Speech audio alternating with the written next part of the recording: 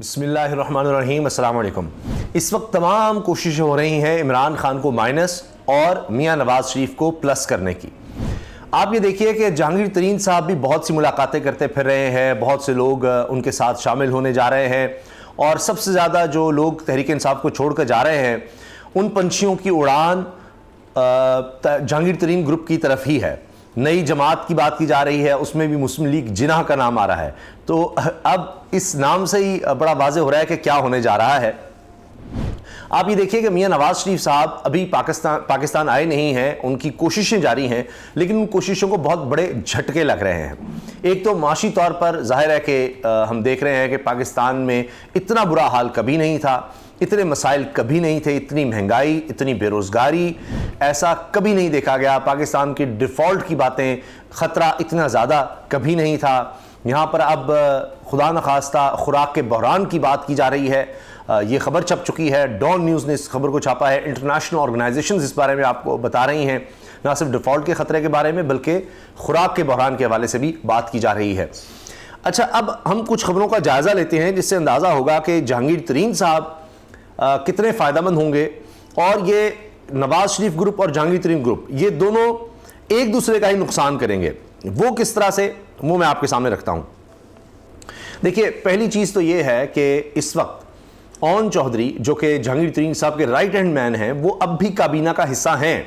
जहांगीर तरीन ग्रुप नून लीग की टिकट पर इलेक्शन लड़ चुका है। जहांगीर तरीन ग्रुप नून लीग की टिकट पर इलेक्शन लड़ चुका है और जो सबसे तगड़ा था, सबसे तगड़ा ग्रुप था नवानी ग्रुप, और वो पंजाब में ज़िमनी इलेक्शन हार चुका।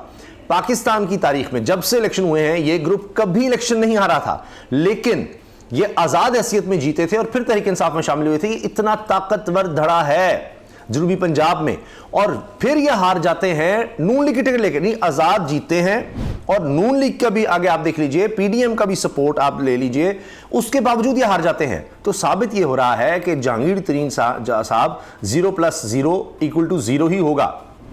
पहले भी एक ग्रुप बना था और आज से ज़्यादा तगड़ा था, इनको तमाम सहूलियात थीं और उस वक्त केयरटेकर सेटअप भी नहीं था। चलें, उससे फ़र्क नहीं पड़ता, वो अब भी केयरटेकर सेटअप जो भी हो उनका साथ होगा, लेकिन बात नहीं बन सकी थी। और उस वक्त से लेकर आज तक अगर मुवाजना करें तो हालात अगर बदतर थे तो अब बदतरीन हो चुके हैं ये चीज़, और फिर ये अलग नहीं हो सकेंगे। अभी जो सोच नजर आ रही हो ये है कि जी तरीन ग्रुप आएगा और वो क्योंकि तहरीक इंसाफ के लोगों पर होगा, वो तो एक अपोजिशन दिखाएंगे। क्या अपोजिशन दिखाएंगे भाई? राजा रियाज तो पहले ही नून लीग का टिकट ले चुके हैं, अनाउंस कर चुके हैं, वो भी तरीन ग्रुप के थे, तरीन साहब के बड़े करीब आदमी। तो ये तो सारे नून लीग ही है ना जनाब। तो मसला तो ये है, तो ये तो नून लीग टूट रही है, यानी एक अलग से मुस्लिम लीग जिन्ना बन रही है। अब सोचिए, तो ये तो एक अलग से वही ग्रुप, यानी एक पीडीएम बस प्लस हो रही है। तो वो 0 अगर है तो +0 तो 0 है। तो ओन चौधरी पहले ही उसमें है, तो ये कोई अलग शनाख्त बना नहीं पा रहे, अलग शनाख्त बन नहीं पाएगी। ये जो भी महंगाई है, बेरोजगारी है, वो उसमें जहांगीर तरीन ग्रुप भी बीच में आएगा, चाहे आप जितनी मर्जी हुकूमत पर तनकीद कर लें। पहले आप उसी ग्रुप का हिस्सा रहे हैं, उनके साथ इलेक्शन लड़े हैं, अब अचानक से आप कैसे अलहदा हो जाएंगे? तो लिहाजा ये सिर्फ एक यूँ समझिए कि मुस्लिम लीग का ही धड़ा बन रहा है और इससे कोई फ़र्क नहीं पड़ने वाला। इमरान खान के वोट बैंक पर 1% भी शायद फ़र्क ना पड़े। ये अपना इनका जो वोट बैंक जो भी इनका था वो हो सकता है, लेकिन इमरान खान के वोट बैंक पर फ़र्क नहीं पड़ेगा। इनके अपने वोट बैंक पर इसलिए फ़र्क पड़ेगा कि वो टूटेंगे। वो इलेक्टेबल्स जो इधर जाएंगे, जाहिर है कि वो नून लीग अलग अपना अनाउंस करेगी, तो वो मसला हो जाएगा। क्या इनसे सीट एडजस्टमेंट की जाएगी? फिर भी वही बात कि ये तो सारे पहले ही इकट्ठे हैं, तो फिर क्या फ़ायदा हो जाएगा? पहले भी इस तरह से इलेक्शन लड़के उन्होंने देख लिया, तो कोई फ़ायदा नहीं। अच्छा, खबरें सुनिए, बहुत ज़रूरी हैं। लाहौर हाई कोर्ट नवाज शरीफ की बतौर पार्टी सदर बहाली की दरखास्त नाकाबिले समात करार। फारिग हो गए जी मियां नवाज शरीफ साहब, जाएं जी, छुट्टी करें। लाहौर हाई कोर्ट ने साबिक वज़ीर-ए-आज़म मियां नवाज शरीफ की बतौर पार्टी सदर बहाली के लिए दरखास्त नाकाबिले समात करार दे दी। जस्टिस बाक़िर नजफी ने मकामी वकील आफाक अहमद की दरखास्त पर समात की। दरखास्त गुजार आफाक अहमद एडवोकेट ने अदालत में मौक़िफ़ पेश किया कि जो वक़ूआ नवाज शरीफ के साथ था अब इमरान खान के साथ है। अदालत ने दरखास्त गुजार से मुकालमा करते हुए कहा, आप अपनी इस्तदा पढ़ें। दरखास्त गुजार ने कहा कि जी नवाज शरीफ को पार्टी सदर के अहदे पर बहाल किया जाए, जबकि इमरान खान, शेख रशीद और सिराजुल हक सादिक अमीन नहीं रहे, इनके खिलाफ कार्रवाई की जाए और इलेक्शन कमीशन को रिकॉर्ड की दुरुस्तगी का हुक्म दिया जाए। अदालत ने रिमार्क्स दिया कि सुप्रीम कोर्ट ने नवाज शरीफ को 2 केसेस में नाअहल किया था। आपको सुप्रीम कोर्ट से रिलीफ मिल सकता है। नवाज शरीफ को ओहदे पर बहाली का हुक्म सुप्रीम कोर्ट जारी कर सकती है। अदालत ने रजिस्ट्रार ऑफिस का एतराज बरकरार रखते हुए दरखास्त नाकाबिले समाअत करार दे दी। दरखास्त ही फारिग हो गई है कि जी सदर कहां बनेंगे अपनी पार्टी के। तो ये नवाज शरीफ की पार्टी सदारत पर बहाली के लिए दरखास्त लाहौर हाईकोर्ट के रजिस्ट्रार ऑफिस ने इस पर एतराज लगाया था और कहा था जी नवाज शरीफ को सुप्रीम कोर्ट ने नाअहल किया, दरखास्त गुजार सुप्रीम कोर्ट रजू करे। लाहौर हाईकोर्ट सुप्रीम कोर्ट के मातहत है, यहाँ समाअत नहीं हो सकती। ये जनाब एक तो इनकी ये समाअत फारिग हुई। इसके साथ supreme court practice and procedure कानून आईनी उसूल की खिलाफ वर्जी है। सदर सुप्रीम कोर्ट बार ने यह बात कह दी है कि ये जिस तरह से कदगन लगाई जा रही है ये यानी सुप्रीम कोर्ट के ऊपर, तो लिहाजा ये गलत है।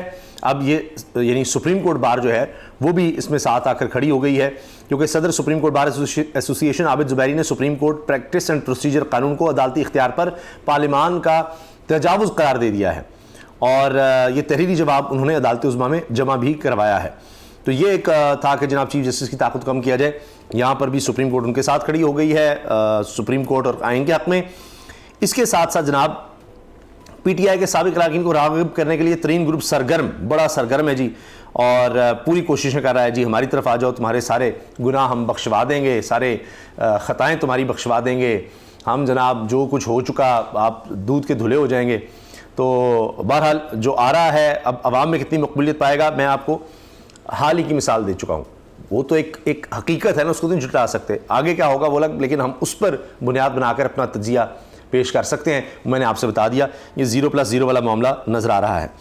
अच्छा, और जिस तरह मैंने अर्ज़ किया कि ये जितने भी लोग इनके साथ आ रहे हैं वो नून लीग का ही वोट बैंक अगर तोड़ेंगे तो वही तकसीम होगा, वो इनके लिए एक अलग मसला बनेगा। इसके साथ जनाब एक और ख़बर जो कि मियां नवाज शरीफ साहब के हवाले से और जहांगीर तरीन के हवाले से है, वो ये है कि ये मुलाकातें कर रहे हैं, लोगों को ले रहे हैं, तो वो कूड़ा करकट इकट्ठा करते रहें, आप जितना मर्जी इकट्ठा करते रहें। जो इनको चैलेंज आना है वो अब इकोनॉमी का आना है, उसमें इन सब के इकट्ठे होंगे। जब लोगों से जाकर वोट मांगेंगे तो लोग यही कहेंगे भाई आप भी वही हैं।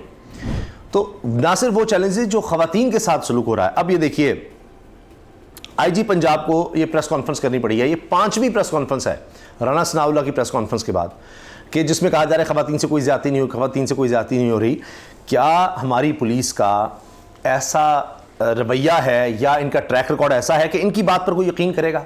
यानी जो जेल में ख़वातीन हैं उनसे मिलने भी पुलिस एहलकार ही जाती है, खातून सरकारी अफसर ही जाती है खातून, कि जी हम आए हैं, उनको तो इतनी सहूलियात हैं, इतना कुछ उनको मिल रहा है, इतनी वो खुश हैं जेल में। वो तो ऐसी तस्वीर पेश कर रही थी कि जैसे पता नहीं कितनी ख़वातीन की अच्छा ये कुछ वहाँ पर है तो हमें भी ले जाओ, इतनी वहाँ पर खुश बता रही थी।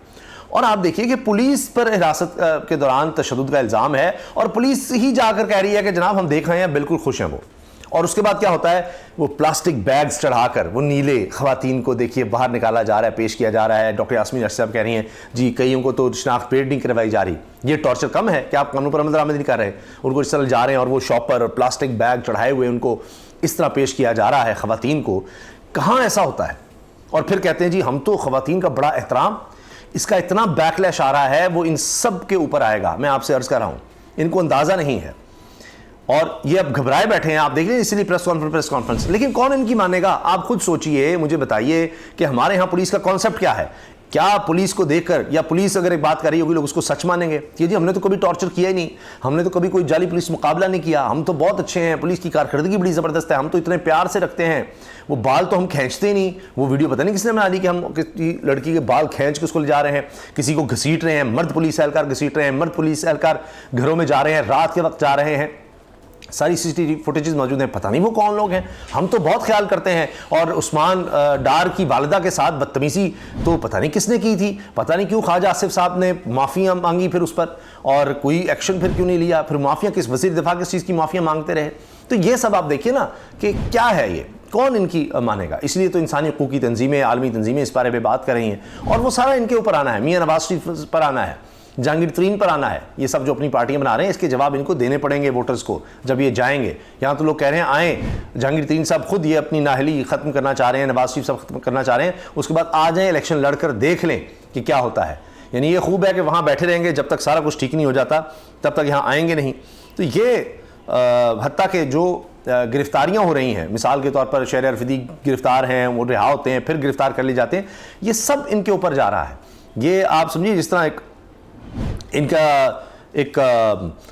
इनके लिए सवालात का, लोगों के रद्देमल का एक पूरा पहाड़ खड़ा होता चला जा रहा है, एक एक चीज़ जिसका इनको जवाब देना पड़ेगा आने वाले दिनों में या इलेक्शंस के दिनों में।